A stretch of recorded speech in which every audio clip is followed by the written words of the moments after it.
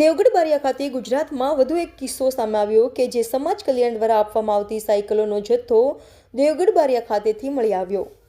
દેવગઢ બારિયા તાલુકાના મેંદરા ગામની આશ્રમ શાળામાં સરકાર દ્વારા અપાતી સાયકલો કાટ ખાતી જોવા મળી।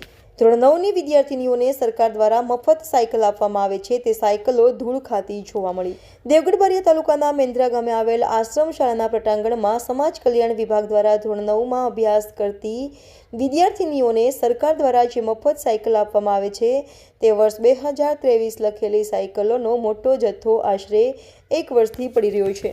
તે સાયકલોમાં ઘાસ ઉગી નીકળ્યું છે તો ક્યાંક સાયકલોમાં કાટ લાગી ગયો છે। ત્યારે આ સાયકલો કોને આપવાની છે અને ક્યારે આપવાની છે તે આ આશ્રમના આચાર્ય પણ અજાણ હોય તેમ જણાઈ રહ્યા છે। ત્યારે આ ગરીબ ધોરણ 9માં ભણતી બાળાઓને આ વર્ષ 2023ની સાયકલોનો જથ્થો અહીંયા કોના આશીર્વાદથી પડી રહ્યો છે? શું સરકાર દ્વારા વર્ષ 2023ની સાયકલો 2024માં આપવામાં આવશે? આ કાટ લાગેલી સાયકલોને રિપેર કરી પધરાવવામાં આવશે કે પછી નવી સાયકલ આપવામાં આવશે? સરકાર દ્વારા આ સાયકલોના બિલ ચૂકવણું કરી દેવામાં આવ્યું છે કે કેમ?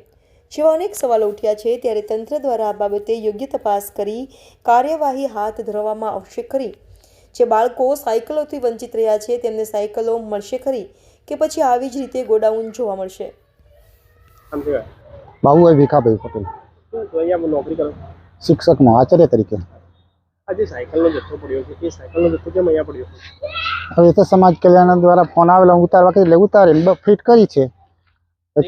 એ પછી કોઈને આપવામાં કોઈ સૂચના આપવામાં ના, કશું નથી આવી। અત્યારે કાટ થઈ ગઈ છે સાયકલો, અત્યારે તમે જોવો છો અંદર ઘાસ ઉગી નીકળ્યું છે, તો હવે એને શું કરવામાં આવશે? અમે નથી ચિંતા થઈ, અમારા બાળકોનું રમત મહેનત બધું ચોખ્ખું થઈ જાય, રમી શકે, પણ આ નથી નીકળતી અને શું કરીએ? અમે કોને કહીએ?